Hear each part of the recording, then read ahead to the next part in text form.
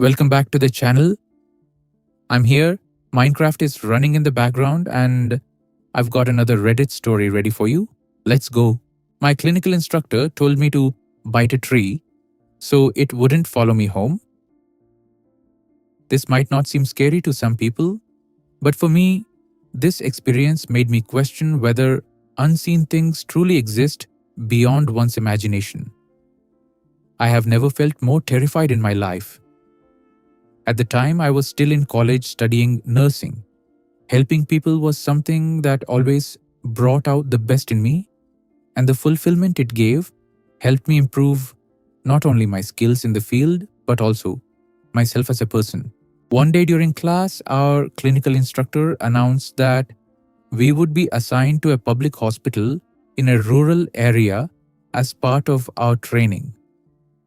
The hospital was located far from the city, around a 2 to 3 hour drive depending on the vehicle. Everyone was excited, and I think our driver got carried away by our energy because he somehow managed to get us there in just an hour. We arrived at a beautiful farm that offered rooms for rent, so our school reserved the place for us during our stay. To help you picture it better, there was an open restaurant in the center where you could enjoy the scenery. Different local fruits and crops were planted all around the area. There was also a huge pond where guests were allowed to fish. The water was about 11 feet deep, and since I couldn't swim, I stayed far away from it. Large acacia trees were scattered all over the farm, and our rooms were lined up near the pond, where we would be staying for 6 days. I'm not really a superstitious person, so I never practiced things related to that, but some of my friends did. The first 2 nights were completely normal, and nothing felt out of the ordinary. Every night after coming back from duty, my friends and I would hang out under a large acacia tree to unwind from the stress of the day. Just so you know, I can get pretty loud during conversations because I usually do most of the talking. One of my friends, the superstitious one in our group, suddenly told me to lower my voice since we were new to the area and might disturb something. I ended up laughing at her. That same night, I had a nightmare. I was sleeping on the floor beside my friend. We took turns using the bed because our room only had a single one. In my dream, someone was banging loudly on the door before it suddenly flew open. A strong gust of wind hit me with so much force that I tumbled across the floor. Then a figure grabbed one of my legs and started dragging me toward the bathroom. I jolted awake, covered in cold sweat. My eyes fluttered open as I struggled to recognize my surroundings. To my horror, half of my body was already inside the bathroom. My blankets were crumpled beside my still sleeping friend, and I had no idea how I got there. Maybe I was just tired and rolled all the way there somehow. I tried to reason with myself, though the thought still deeply unsettled me. Nothing unusual happened at the hospital the next day, but I felt exhausted the entire time. I had assisted a woman in labor, even helped deliver the baby myself, and still managed to finish several rounds around the hospital. I was tired, but not like this. This exhaustion felt heavier somehow. By the time the minibus arrived to pick us up that afternoon, my entire body felt sluggish. When we got back to the farm, I immediately went to find my friends at our usual spot, under the acacia tree. It was already early evening, but we stayed there for hours just talking and trying to relax after a stressful day. Later on, we played online games together and ended up being pretty noisy. Since we were far from the other rooms, we didn't really mind it. We finally returned to our room around 11:15 p.m. My friends immediately fell asleep while I stayed up for a quick call with my mom. After the call, I turned off the lights and lay down. Before I could even close my eyes, I heard someone whisper my nickname in a high-pitched voice, Cams. Only my friends called me by that nickname, so I immediately turned around thinking maybe one of them was awake, but both of them were fast asleep. I brushed it off and tried to sleep again. Cams, this time the voice sounded like it was coming from just outside the door. I thought one of our classmates from the other rooms was trying to prank me, so I got up and slowly approached the door. My hand hovered over the knob when I suddenly heard faint whispers behind it. I paused and pressed my ear against the door. There were several voices murmuring outside, but I couldn't understand what they were saying. The words sounded jumbled and nonsensical, yet I could swear they were repeating fragments of the conversations my friends and I had earlier that night. And the voices, they sounded exactly like my friends. The whispers grew louder. My body froze as fear slowly crept up my spine. Then suddenly, Camille, a deep voice loudly called out my name. I immediately backed away from the door and practically threw myself onto the bed beside my sleeping friend. My other friend, who had actually been awake the whole time watching me, quickly got up from the floor and climbed onto the bed beside us. None of us talked about what happened until morning. My friend later admitted that something felt wrong while she was watching me near the door. She said she suddenly felt extremely heavy, like her body wouldn't move, no matter how hard she tried. She couldn't even speak. When we told our clinical instructor about it, he warned us to be more careful. He explained that locals believed certain spirits or elements guarded nature, and that the acacia tree we kept hanging around might have been inhabited by one of them. According to him, we may have disturbed it. He then told me something strange. He said I should bite the acacia tree before leaving so whatever was there wouldn't be able to follow me home. He added that it was still up to me whether I believed it or not, but after years of traveling through rural areas, he learned that there was no harm in respecting local beliefs. Even though it sounded unusual to me, I followed his advice. After that, my friends and I stopped hanging out near the tree and found another place instead.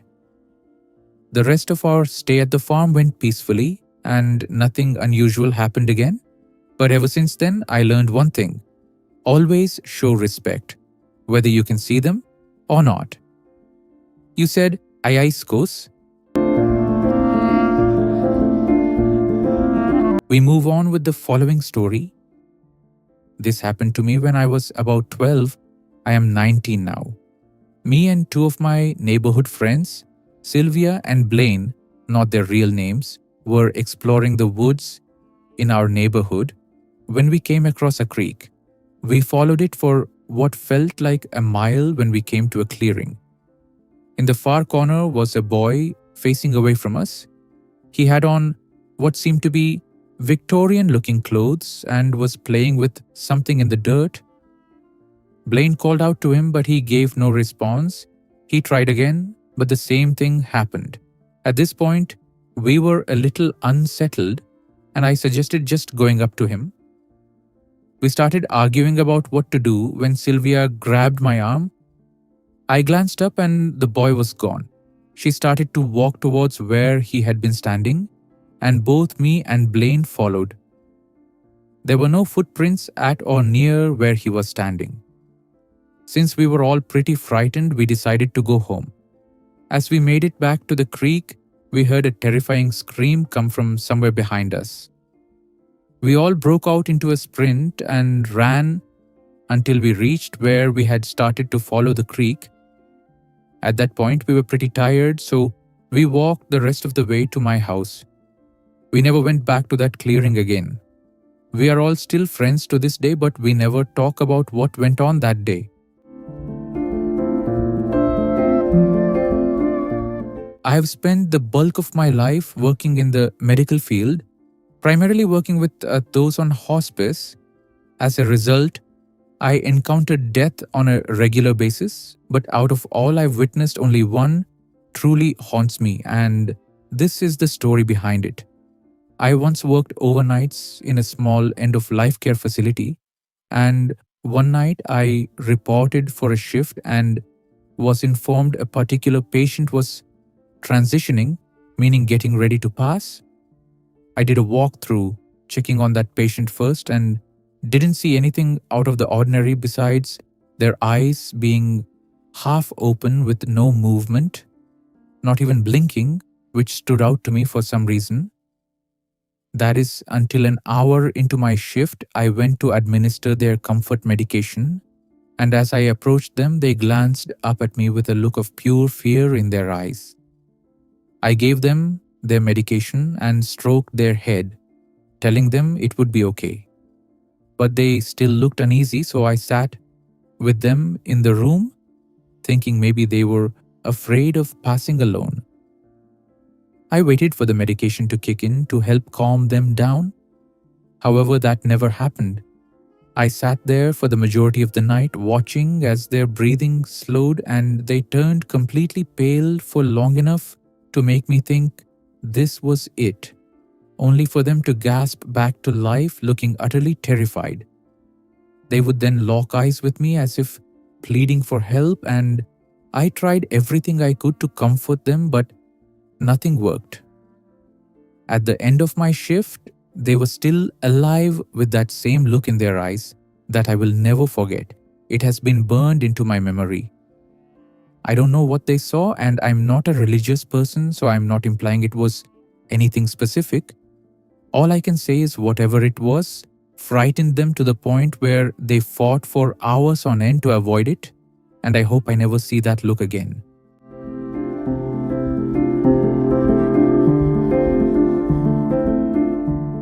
Back in 2021, me and my friend were driving around some logging roads late at night in Maine because we were bored, and we ended up stopping near this old clearing in the woods. It was super foggy and completely quiet until we started hearing whistling coming from the trees. At first, it sounded like someone messing with us, but then we saw this tall figure standing just outside the headlights. It looked human at first, but the proportions were completely wrong, like its arms were way too long and its legs bent in a strange way. The most unsettling part was how still it stood there, smiling at us. Not a normal smile either. Its mouth stretched too far across its face.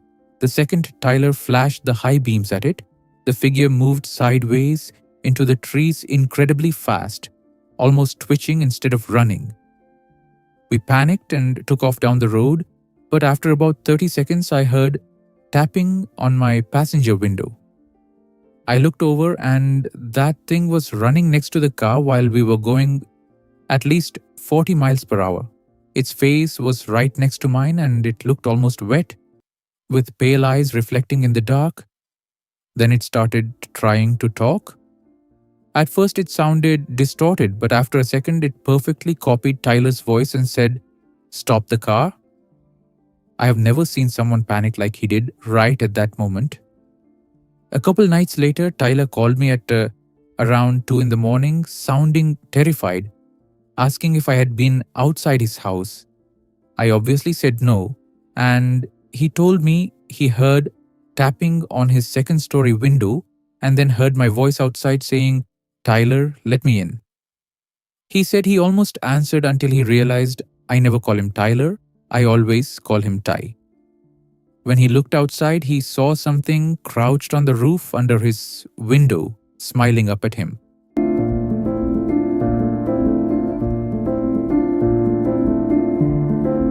Mount Rainier stalker in the woods.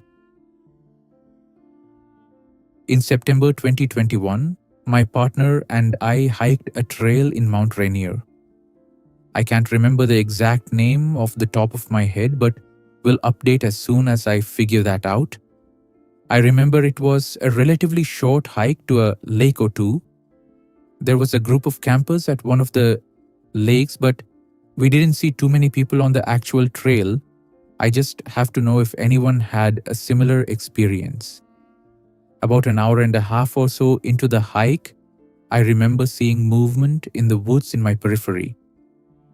When I turned to look, I made eye contact with a male wearing glasses who was peeking out from behind a tree, as in he was hiding behind the tree and strangely peeking just his head out.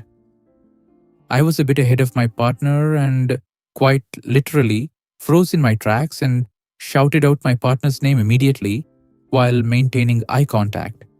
This person ducked back behind the tree, and I'm going to assume ran into the woods, even though I didn't hear anything, as my partner caught up to me. It was then that my partner decided to tell me he had seen something similar, a glasses-wearing man in the woods staring at me from behind trees about an hour back. Obviously, I was confused that he didn't tell me about it and still let me go so far ahead.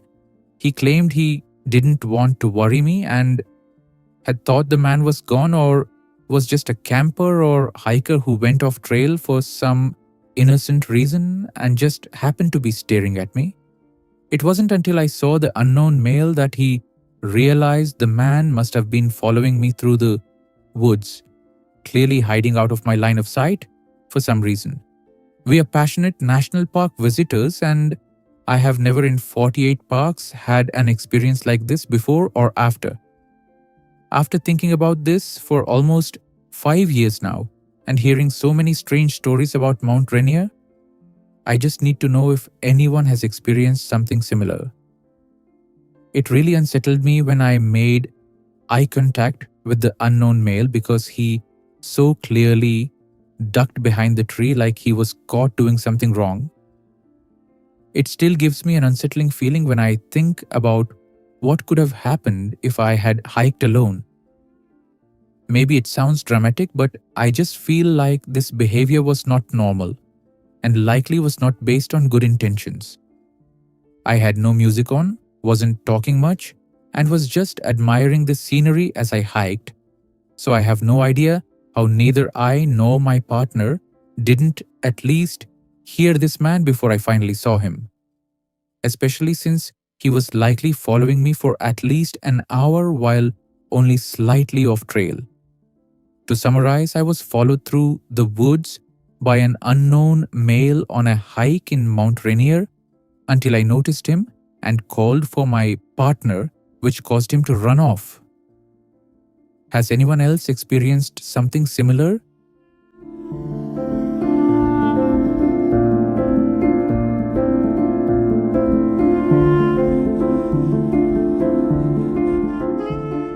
Guys, you won't believe what just happened to me yesterday night. So I was doing my holiday homework when I got hungry and ordered some snacks, and it was chips, popcorn and soft drinks. I got the order in almost 30 minutes even though the store is just 1 kilometer away from my house. I thought there would be traffic and I asked the delivery guy if there was a jam on the road, but he was very tired and was having shortness of breath. So I asked him why he was so tired and he said, "Can I have a glass of water?" I said sure and went to the kitchen to get water when I heard a sound from the next room, like something heavy dropped. I have a cat, so I thought maybe she knocked something off the table. I went back to the delivery guy to give him water, but he was gone. There was a note on the ground that said, "I saw a headless man in your colony." I thought it was just a prank, so I closed the door and went back to my room to continue my homework. Then I remembered the sound that came from the room next to the kitchen. I went to check, but my cat was sleeping, so who made that sound? I started feeling uneasy because I was home alone with my cat. I went to the room to check and nothing was dropped, so what was that sound? I let it go and went back to my homework. It was a project, and when I needed my cutter, it was not in its place. I checked my whole room and finally found it under the bed. I had no idea how it got there, so I figured maybe it slid there accidentally. Then the scariest part happened. My doorbell rang at almost midnight. I checked through the peephole and saw a person standing away from the door, just staring at my house.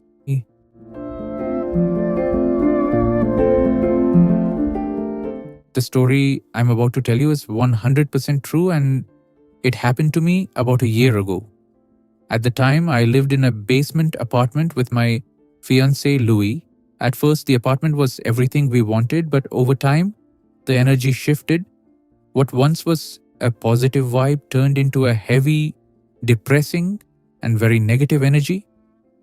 I haven't thought about this incident in a long time, and to be honest, I don't like thinking about it or talking about it.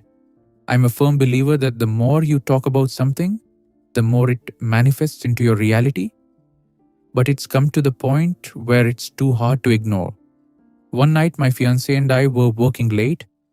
We're both content creators, so our evenings usually consist of writing scripts, editing videos, and occasionally watching a show or movie. However, this night was one of those late nights where we were both really focused. Lewis is a gamer. When he plays his games, I can hear him from his office. He has a car simulator, and when he shifts gear, I can hear it easily from my office. This particular night, I was very focused, and Louis opened my door slightly. I saw his silhouette from the corner of my eye, hat, and everything. However, I did not want to be interrupted because I was on a roll, so I said, "Leave me alone, not now."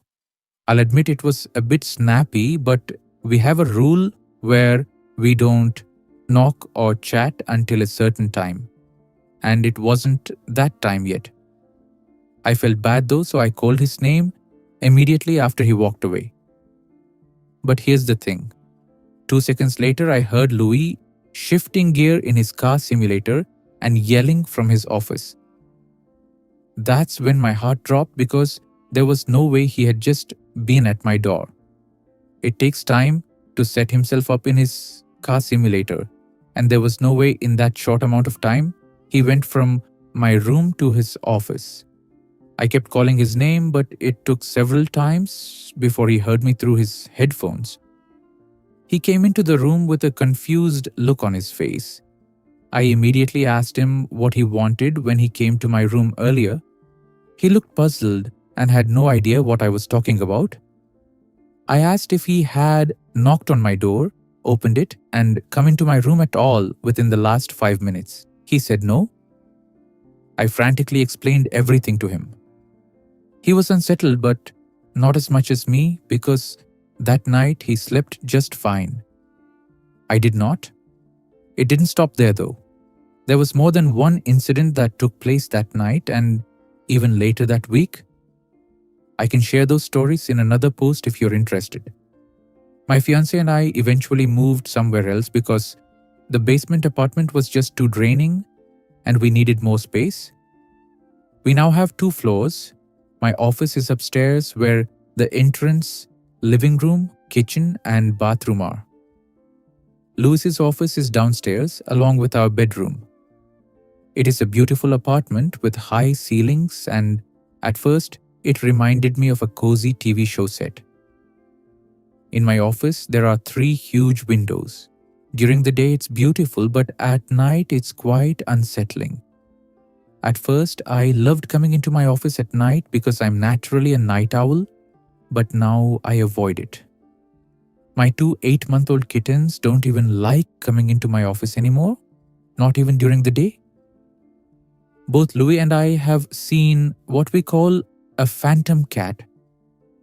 At first I thought it was the spirit of his dog that recently passed away, but now I'm not convinced. My cats will stand at the door of my office and stare inside. They won't stay upstairs at night and always choose to sleep in the bedroom.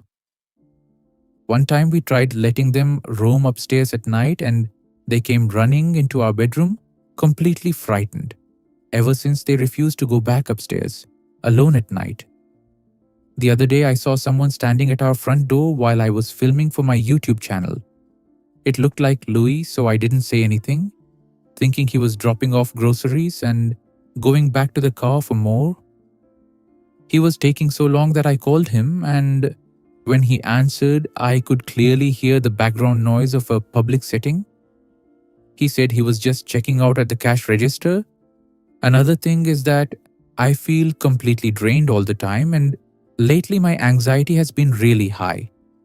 I'm also having some health issues and I'm actually heading to the doctor after posting this.